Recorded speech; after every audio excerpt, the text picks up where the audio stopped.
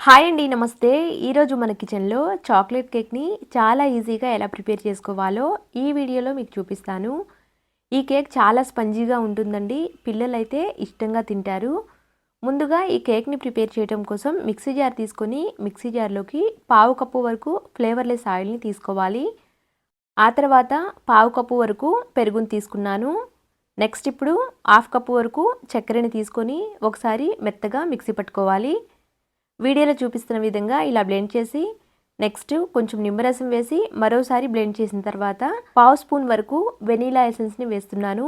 Vanilla essence లేకపోతే ఒక 2-3 వరకు ఇలాచి కూడా వేసుకోవచ్చు. ఇక్కడ చూడండి, వీడియోలో చూపిస్తున్న విధంగా సిల్కీ స్మూతీ స్ట్రక్చర్ వచ్చే వరకు మిక్సీ పట్టుకోవాలి.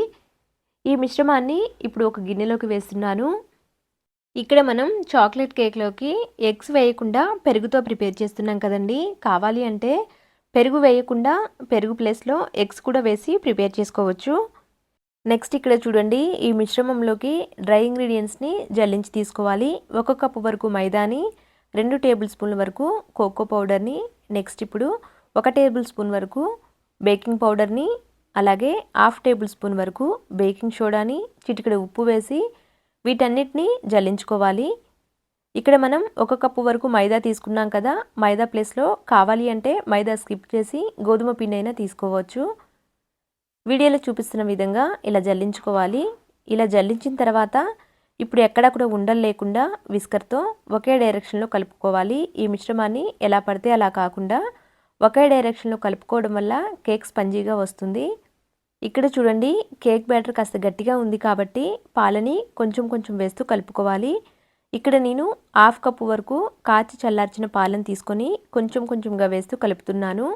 ఒకేసారి వేయకుండా కొంచెం కొంచెం వేస్తూ చూసుకుంటూ కలుపుకోవాలి. ఇక్కడ చూడండి, నేను తీసుకున్న హాఫ్ కప్పు పాలలో పావు కప్పు వరకు పాలు వేసి కలిపాను. వీడియోలో చూపిస్తున్న కన్సిస్టెన్సీ వచ్చే వరకు బ్యాటర్ని ఇలా ప్రిపేర్ చేసుకోవాలి. కేక్ బ్యాటర్ మరీ లూజ్గా కానీ అలా అని గట్టిగా కానీ కాకుండా ఇలా ఉంటే సరిపోతుంది.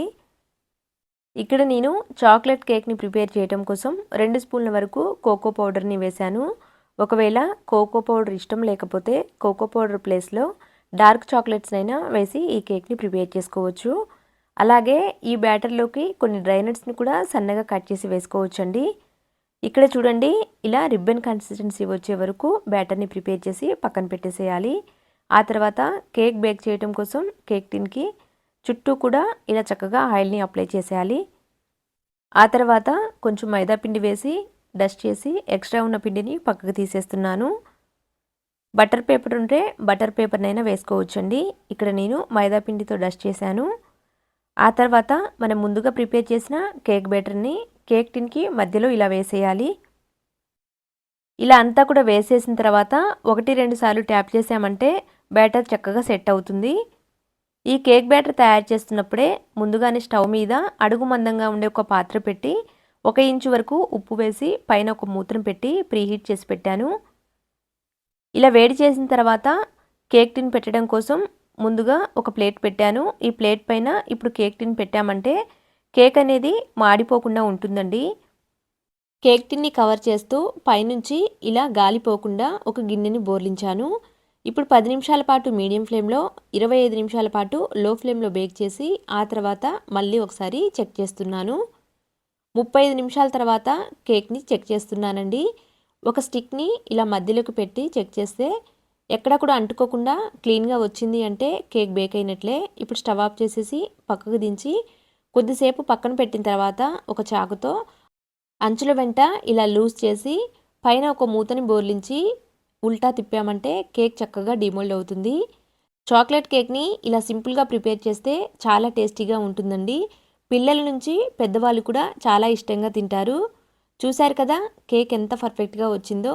చాలా స్పంజీగా అలాగే ఫ్లఫీగా కూడా ఉందండి. తయారు చేయడానికి ఎక్కువ టైము పట్టదు. అలాగే ఇంగ్రీడియంట్స్ కూడా చాలా తక్కువ ఉన్నాయి కదా. ఈసారి న్యూ ఇయర్కి ఒకసారి ఇలా ట్రై చేయండి. చాలా టేస్టీగా ఉంటుంది. అంతే అండి. Thank you for watching.